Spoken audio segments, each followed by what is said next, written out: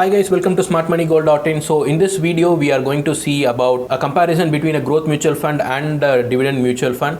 We can see like what are the returns and take a live example and analyze which gives you better returns, how tax affects the returns from the growth mutual fund and dividend mutual fund. And if you are investing in a dividend mutual fund, what is the better alternative to invest and how to invest in that? That is what we are going to see in this video.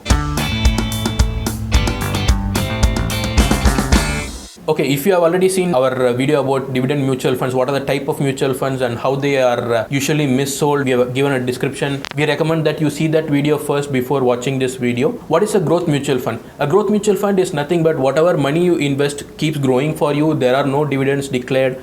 You don't get any periodic income from the fund. Say for example, you invested before 10 years and you are going to withdraw now. In this 10-year period, you will not get any money from the mutual fund. Whatever you invested, say 1 lakh or 10 lakh, and whatever how much it has grown, you will receive that money now. This is called as growth mutual fund. In this growth mutual fund, the taxation is very simple. You either pay the long-term capital gains tax or you pay the short-term capital gains tax.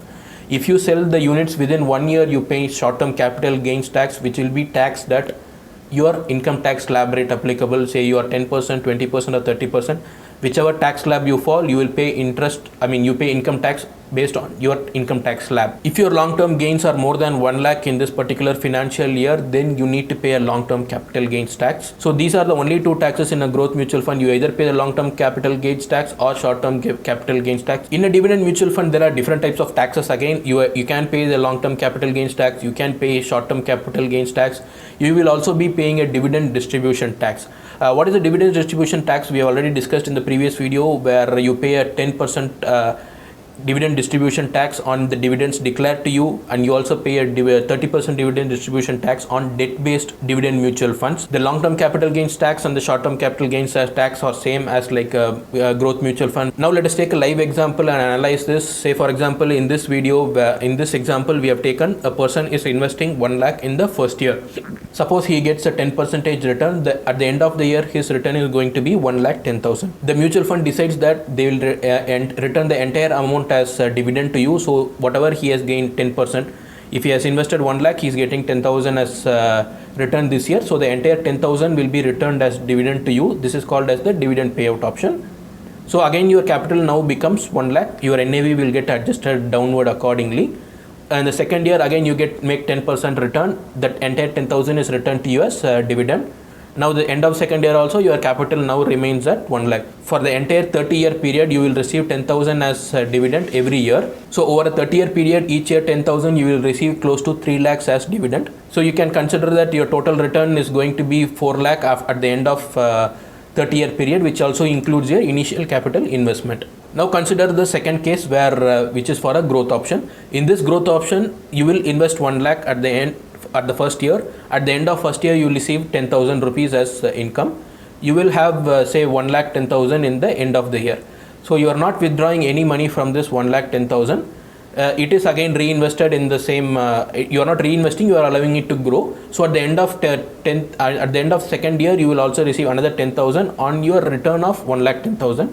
So your now value will become 1,21,000 rupees. So your money is allowed to compound, and you can see like at the end of 5 years, it is close to doubling at 1,94,000 rupees. At the end of 30 years, you will see that your initial amount of 1 lakh has grown to around 17,44,000 rupees. So at the end of 30 years, when you withdraw this amount, you will get 17,44,000 rupees. If you see in the first case of the dividend mutual fund, your entire return from the fund is around 3 lakh plus your initial investment of 1 lakh, which is around 4 lakh rupees. But when you choose the growth option, you can see that the entire corpus returned is around 17.44 lakhs. So you can see that 4 lakhs is somewhere and 17.5 lakhs is close to like 4%, 4 times the return from the dividend mutual fund. Why this happens is because your money is allowed to compound. When compounding happens, as the greater your time frame of investment, the more compounding happens and the more returns you will get. That is why we always advise people to go with the growth option. The next thing which you usually come across is like we want regular income. That's why we invest in dividend mutual fund.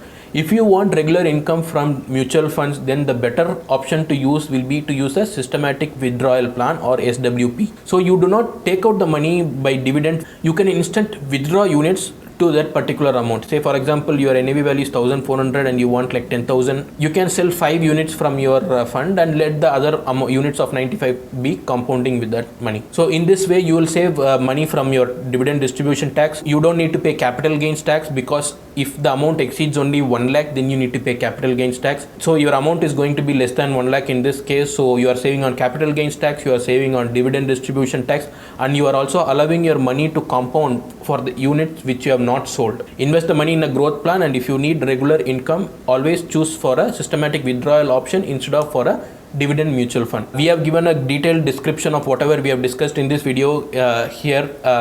Check out the description for the link to our blog post where everything is explained in detail. If you like this video, share this video, subscribe to our channel, and like this video.